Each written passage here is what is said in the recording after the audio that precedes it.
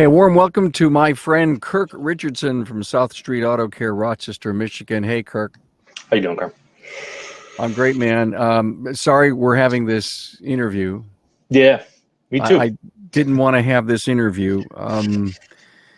You had a case of COVID. Yes, we did. Inside the shop. Yes. Yep. One of our technicians was a positive test for coronavirus. Yes. And I want to talk about it. Thank God you gave me a jingle and said, hey, have you done an episode on this? And I said, no, I've been waiting for someone. Unfortunately, this isn't I'm not waiting around. I'm hoping that nothing ever happened with people that I knew in the industry, but it has for you. And I think it's important that we get this story told and published as soon as we can. So when did you find out about it? So basically, almost 2 weeks ago, we'll just say, I think exactly 12 days ago, we got the positive result. Almost 3 weeks ago, one of my technicians called me on a Sunday and said, hey, I can't taste anything. I can't smell anything. What do you want me to do? I said, well, I want you to go get tested. And, he's a younger guy and he was not, he was like, well, let me see how I feel tomorrow. And, it's like, okay, yeah, you're not coming to work. We spoke the Monday morning and he said to me, I feel fine, but I still can't smell and taste. I said, go get tested. He went and got tested that Monday morning. And, but those were his only symptoms. His only symptoms were can't smell, can't taste his food. And he then got the test Wednesday evening at 8 p.m., got a result. He was positive. And it was that was not what we were expecting, especially based on his symptoms. I mean, he's a guy who has seasonal allergies. I mean, we really were not overwhelmingly concerned. And then, the snap of a finger, you hear a yes, and everything changes. Okay, it's a dramatically different situation at that point. And he called and told you, hey, I got it. Excuse me. Yes, I've got it. So his prognosis was to be quarantined for 2 weeks, right? Yes, 100%. Yep. That was, we'll also know probably 2 weeks, potentially longer than 2 weeks. You need to be symptom free for minimum a week. We are, as we've sort of gone through this, we are going to require a negative test before he can come back. But the thing to me that was the most interesting, I don't know if it was interesting. So we hear from, the young man, he's a young kid and 22-year-old kid. And, he calls us and says, yeah, I have it. So we obviously make calls to everybody that we know, certainly everybody at the shop, everybody we know that's interacted with him. And pretty quickly, that same group of people, if you'd have asked them one day earlier, they were a bunch of cowboys about coronavirus and COVID-19. And if I get it, I'm not worried. And it's not even a thing. And God only knows all of the, all of the theories and beliefs amongst the people that I worked with. And in the snap of a finger, all the cowboys turned into, I got to go get tested. You have to sterilize the building. And so on and so forth. Everybody got a dose of reality that is, a person that you were just standing next to, it wasn't 3 hours ago, but 3 days ago, 4 days ago, has coronavirus. And it put my shop to a grinding halt. Yeah, so take us to you found out what went through your mind, within the first 24 hours. Yeah, keep everybody safe. I mean, keep everybody safe. That was probably my biggest thing. And then you make the phone calls, you talk to the people, and one of the biggest hurdles we had was, so it's 8 o'clock at night, and we're calling people it's still 10 o'clock at night. And we're calling people because they got questions. What are we going to do? They want to talk. There was a psychological switch that was flipped that many people were. I don't know if they were scared. This was a lot more real to them. And, so at 10 p.m., John runs South Street Auto Care. We are trying to locate 24-hour testing, 48-hour testing. We're not up to speed on testing. And, trying to figure out what is the quality of the tests, so on and so forth. And we ended up not having a ton of luck on Wednesday night. And Thursday morning, we started calling again, and we told everybody, don't do anything until, in my shop, we have, I don't know, there's 13 people involved at that point. Was this the biggest shop that it came down in? Yeah, well, and then I have a whole nother little side story related to that, which is very useful, I think, to our industry as well. But so we spent Thursday morning sort of trying to locate quicker turnaround tests. For the entire team, you mean? For the entire team, because we wanted to try and, this was, so it's now Thursday morning. We're hoping Thursday morning, get a result on Friday, sanitize the building on Thursday or Friday, head back to work on Saturday. And, a bunch of the people we asked to wait, they didn't wait. They were not going to wait. They panicked, essentially. I don't know if panic is the right word, but they went about their own path. Which turned into, we were for sure closed Thursday, Friday, and Saturday. And for us, that's we have 60 some cars sitting in our parking lot to fix. So, that was a crushing blow. So I do want to hear the customer side of that. When you told them the car couldn't be fixed and the reason, and they probably wanted to know from you what you were doing about making sure their car got back to them safe. Yeah, a little bit. I mean, it was not, so John and I spent a lot of time going, what's the right message to the customers? How do we call the people that we know the cars he was in? And we went through all of that. And honestly, and we work in a wonderful community. We sort of work in Never Land. I mean, it's it is one of the best communities in the country. So, you made phone calls, and every single person was nothing but understanding. At some of my other shops, different neighborhoods, I'm not sure we would have got the same response. Now, I don't know. But a few people had some questions that we had to answer. But all in all, everyone was pretty tame. I mean, we did have one person who you have to have calm. Yeah. And John made basically all of the phone calls. John's one of the most rational, calm people there are. Okay. So putting somebody on the phone that wasn't going to sort of pass along the, anxiety was probably the best choice we made in that. Right. I mean, we did have a customer who was on his way to pick up a car. I mean, this will tell you the psychology of people. Sort of a funny story. On his way to pick up his car Thursday morning, John actually calls him while he's standing outside of the building, and he's sort of a little bit perturbed. And he's like, "Yeah, my wife just dropped me off." And John's like, "Okay, well, obviously nobody's there, and what do you want me to do?" And I don't remember all of the scenario, but his car was behind the fence, and the fence was locked. And because we were basically like, "You can take your car if you want it. We'll get the payment later." And so he was like, "Well, I can't get it out of the fence," or whatever it was. And John calls me, and I said, "There's cameras. Give him the code to get into the door, and I'll watch him on the cameras, and you can go unlock the gate and take the car himself." And magically, that was not a good idea anymore. It was not. He magically became much nicer when he was the one who had to go in there and get the coronavirus. So he was accommodating to the fact that he wasn't going to be a do-it-yourselfer getter because he didn't know. I see. Yeah, no, he knew. Oh no, we told him, "Hey man, nobody's there because somebody tested positive for coronavirus," and he was a bit. And so he was going to moonwalk it back. Yeah, that he couldn't get his car. So we were like, "Cool, you just go in the building. You get the keys. You open the gate. We'll walk you through how to do it, man. I get it. You can go in and go." And magically, he called his wife. He accepted your plan. Yeah, and that was the only person. And I think he was irritated because he was standing in the parking lot. I think I would have done that too. I would have said, "Okay, I'll wait on whatever you guys want to do." Okay.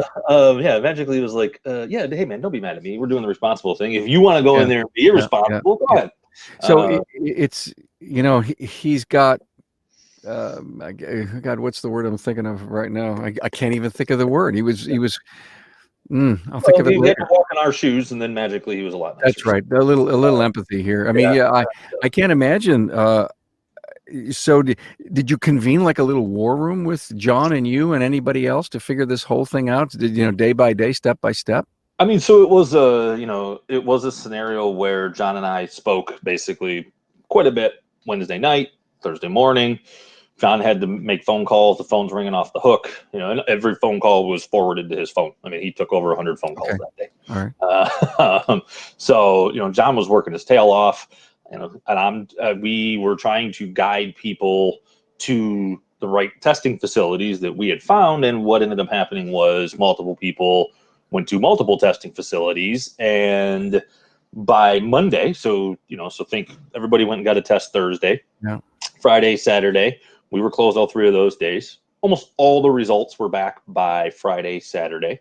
Got a few on Sunday, but we still had multiple people who were not at work on the following Monday because they still did not have a result. And, we sort of hemmed and hawed about not opening. And thankfully, we sort of hemmed and hawed and delayed. And, the final people got their tests Monday morning, or the results Monday morning, and we ended up going back to work. But we almost lost Monday as well. Got it. Because we did not. And the thing I would urge people to do is know a facility or 2 that are turning around tests in 24 to 48 hours before somebody has coronavirus, right?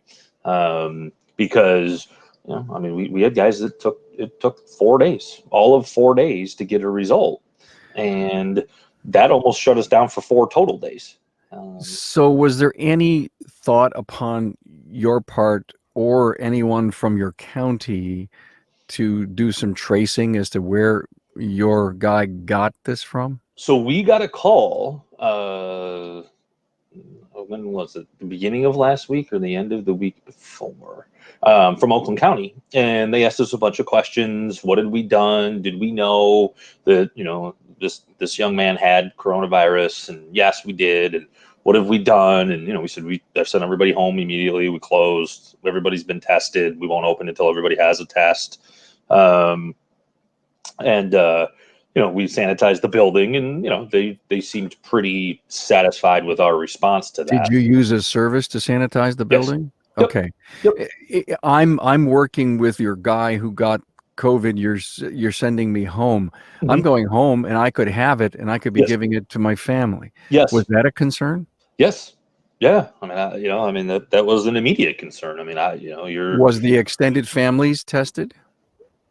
That would be them. up to them. Yeah. I can, and we'll sort of go more deeply into this because for multiple shop owners, shop owners who own multiple facilities, multiple locations, which I do, I many weeks ago put in a no cross contamination policy. No, if you work at South Street Auto Care, don't you dare don't you dare come to Shelby Tire. And if you work at Shelby Tire, right, and Saunders you're trying to contain it. If Stay something away. happened, contain it. Okay. Yeah. So I have not stepped foot at South Street. I have not stepped foot on that premises in like 13 weeks.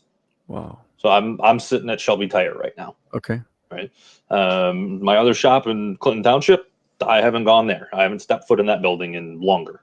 And I really said we can't sort of co-expose. We can't expose multiple facilities. Mm-hmm. So Colin calls me on Sunday, has symptoms. Excuse me. The young man calls me on Sunday, has symptoms. That previous Wednesday, John, who runs South Street Auto Care, we have 32 loaner cars at South Street Auto Care, and we've not been using them. So they're just sitting on our parking lot, clogging up our parking lot. And John calls me and says, "Hey, can I bring some loaner cars over to Shelby Tire?" And I said, "No, don't come over here. Stay away. I don't care." And I said, fine. Just bring them, put them in the back. Don't come near us. Stay away. So John, the young man who's infected, and another young man, bring some loaner cars over here. The young man who is infected knows one of the technicians at Shelby Tire. What does he do? He runs up to him, gives him a job because he hasn't seen him. He's a kid who just graduated college. He did a summer internship for us a few years ago. The gentleman who was infected, and now he sees another technician that he knew from South Street Auto Care. He's at Shelby Tire. He runs up and gives him a giant hug. "How you doing?" And they're shooting the breeze, and I see him and I go, "Get away!" No masks or anything. No masks or anything, man. Don't even get me started on the mask thing. Whatever. Right. Talk to technicians about wearing masks when it's 93 degrees out. I know. Okay. So the young man comes up to the technician. They hug it out. "How you doing?" This and that. And I'm like, "What are you guys doing, man? like, John, I didn't even want you over here, and now we're out in the parking lot. But you didn't know John had COVID at that time. No, it's not John. So Oh. Colin's the one who had COVID. Oh, Colin. So, I'm sorry. Okay, yeah. I see. did not know that John Colin did John work with Colin at the Yes. Okay. So John and Colin come over to Shelby Tire. John stays out in the car. He's far away. He's nowhere near us. Colin's over here chumming it up with the technician at my other shop. Well, so obviously I had to do the exact same thing at Shelby Tire. So 4 or 5 of us at Shelby Tire, we got to go and get tested. So I'm tested. And as it turns out, the technician who was exposed to Colin, give me a big bear hug. How you doing? Tell me how school's going. Are you graduated? How's the family? Blah, blah, blah, blah, blah. As it turns out, that technician refused to get a test because of, whatever his beliefs are. Okay. So Wednesday, we know he's exposed. Sunday, Colin tells me he has symptoms. The following Wednesday, we know Colin has coronavirus. I tell the next Thursday, everybody's got to go get tested at both locations. The technician who was exposed will not go and get a test. On Sunday, I ended up firing that technician. I said, well, then you can't come back to work. That technician, and this is, I think, almost just a story in psychology, human psychology right now. The technician who was exposed, who hugged it out with Colin, who is now getting fired, proceeds to tell me that he knows he has coronavirus. He's had symptoms for 2 weeks, and he doesn't need to go and get tested. I couldn't exactly tell you what he was trying to accomplish by saying that, because he's not a really bad guy and he doesn't want to hurt anybody. I do believe that what he was actually trying to do in his brain was to tell me, or was to get me to tell him to stay home for 2 weeks, because he has a philosophical, he's not okay with getting a coronavirus test for some reasons, right? That are his own and he's allowed to have. So he thought I was just going to tell him to stay home for 2 weeks, in which, obviously I didn't take kindly to that statement of, hey, yes, I've had coronavirus for 2 weeks. I don't need to go and get tested. He actually said he's the one who gave it to Colin. He's so sure he's had it for 2 weeks. He's the one who gave it to Colin. He can just stay home. Obviously, I fired him because I had to enlighten him as to what he was saying. So I ended up. Are you logging all of this stuff down, everything that happened? Yeah, I mean, yes, I am right now. We're recording this video. So. Oh, gee. All right. I would figure that, at some point in time, in a month later, you wanted to see a chronological order of all the things that may have happened. I don't know if it'll help or hurt you to have that, or if there's any value. I don't know what I'm supposed to do, but I will say, be prepared for some guys who don't want to go and get tests for whatever reason. And you better have a plan for what you're going to do, because every other person in this building that I'm currently sitting in, where that gentleman worked who refused to get the test, was like, I'm not coming back if he's coming back. So I had already terminated his employment at that point, but I ended up having to tell them all the story, and we had all tested negative at that point, except every one of us was now going, well, we took the test on Thursday, and our last exposure to the guy we just spoke to, who says he has coronavirus, was the day before. Yeah. Let me ask you a question, because you've done the research. Is getting tested for the antibodies different than getting tested for COVID? Yeah, dramatically different. Yep. They're two completely different. The antibodies that's the test to find out if you had it. Yes, correct. Not if you have it. Yeah, correct. Yep. Okay. Very different tests. So, and one of our guys who ended up getting the antibody test, and he had to wait for that. So, which I think didn't really matter, but so yeah, and I guess what I urge shop owners is know where you can get a relatively quick turnaround. Because 4 days is the problem. That was the biggest problem. I could have got the building sanitized in less than 24 hours. If we would have had 14, 13, whatever it was, negative results by Friday, we'd have been back to work on Saturday. So I ended up losing a day because I was not prepared and I didn't have a place to send them. And I told them all, hey, sit tight. We're going to try and find a place that we know has quick turnarounds. And they went and did exactly what they wanted to do, because they were scared. They were not going to wait until 11 o'clock for me to call them. The sanitizing company, they're more than qualified. They did it to your level. Can you share anything with that? We made some calls, and I mean, I really don't. You're hesitating. I am. You talk to them, and they all went in. It was a spray, the bulk of them, and I don't know. It could be snake oil for all I know. Who knows? I don't know. Is there anything that we should look for EPA approved or anything like that? We did not. We made some phone calls, and it's the wild west out there. Oh God! So all right. There was not. That was. But your people felt confident that, I mean, you had been practicing a touchless environment for your customers anyway. Absolutely. So that point. Yep. All right. Okay. And no customer has stepped foot in our building for months at this point. Okay. Still hasn't. Doors are locked. We can do our job without, somebody standing at our counter. What are you doing to deliver the customer a sanitized vehicle at the end? I mean, are you spraying? Are you washing? Are you cleaning? What are you doing? We're using diluted bleach. Honest to God. I mean, one of the stipulations to get your car serviced is we're going to use diluted bleach, and if it damages your car, we told you. So I don't need anybody to get sick. I don't want anybody to get sick. I say this, and I don't know if it's the right wording, but I think they get the intent. We have unemployment right now. I don't need more money. We don't need to get sick, so don't show up and harm yourself or harm anybody else in the name of making this business money. We're not going to do that. We don't need to do that. I don't want to do that. So I will be very cautious. And we've had people, all of our doors are locked at all 3 of my shops. They come to the door, they pull the door, they throw their arms up, have a little hissy fit while they're literally holding their oxygen tank with their mask and gloves on, and say some expletives and then drive away because they don't like the fact that they can't come in the building. And I go, stop. We were chasing them. And I said, stop chasing these people. Like, if they can't have respect for us, like, I don't even want them here.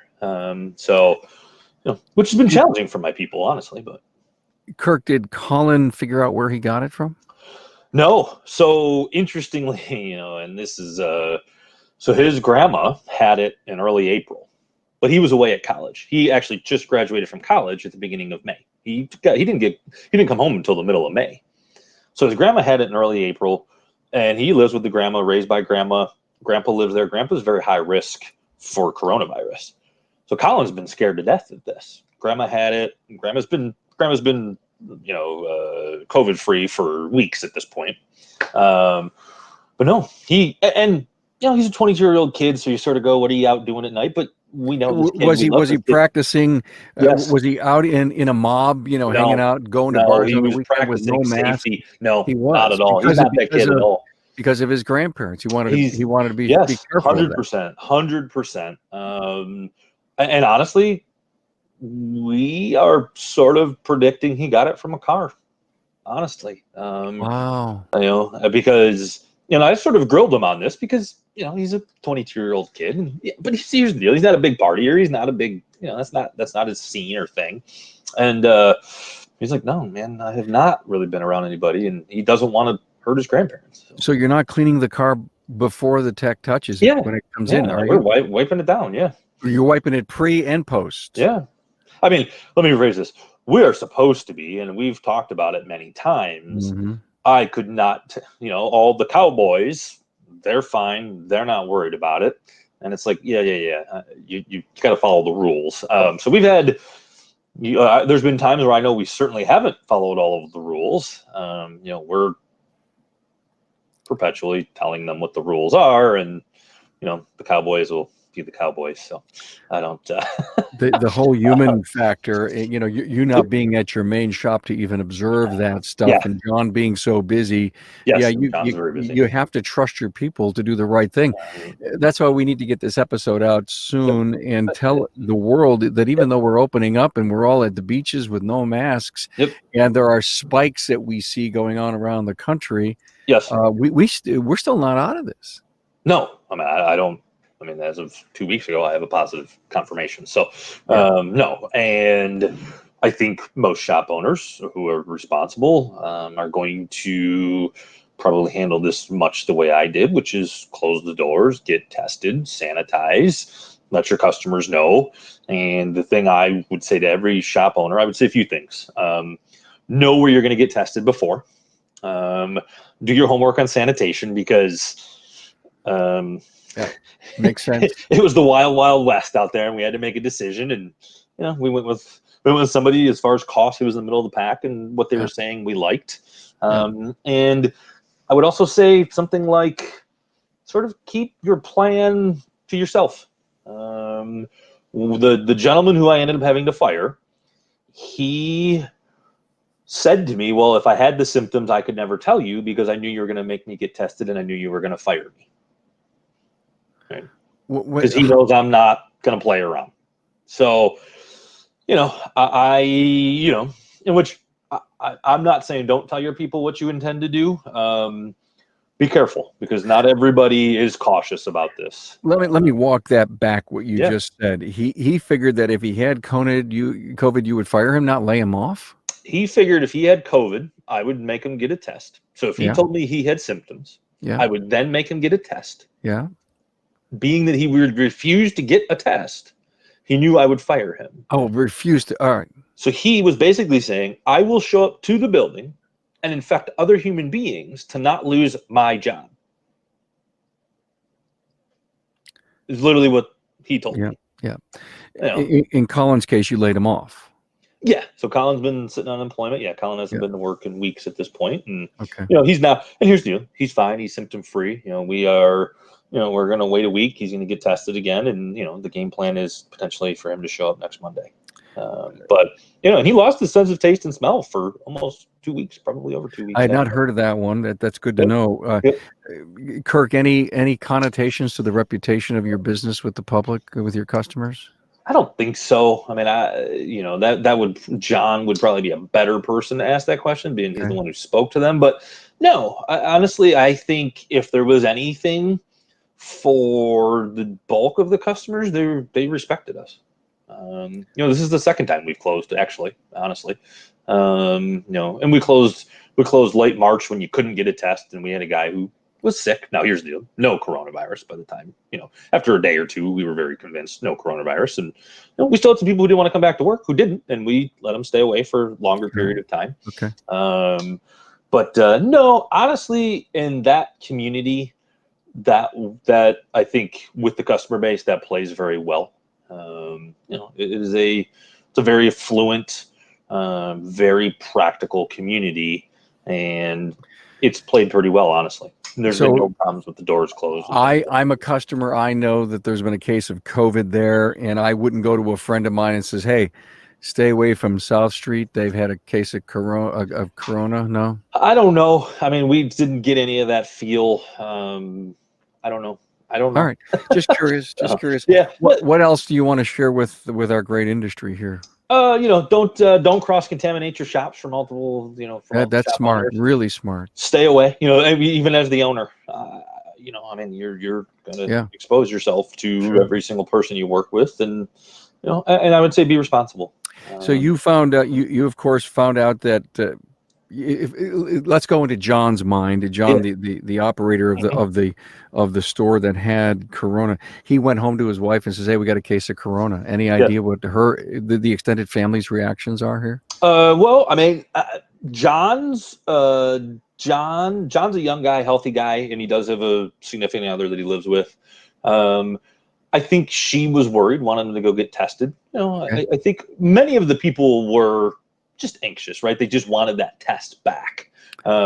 Most people were pretty convinced they didn't have it based on how they felt and things of that nature. But most of the spouses and significant others were very appreciative of us saying, don't come to work. In Michigan, do you need a prescription to do this, or can you just go to a walk-up? You can just go right to a walk-up. Okay. So no, we did have a story. It's just sort of a funny story. I mean, not funny because I was ready to kill him. One of the younger kids we have two basically, early 20s kids right now at South Street Auto Care.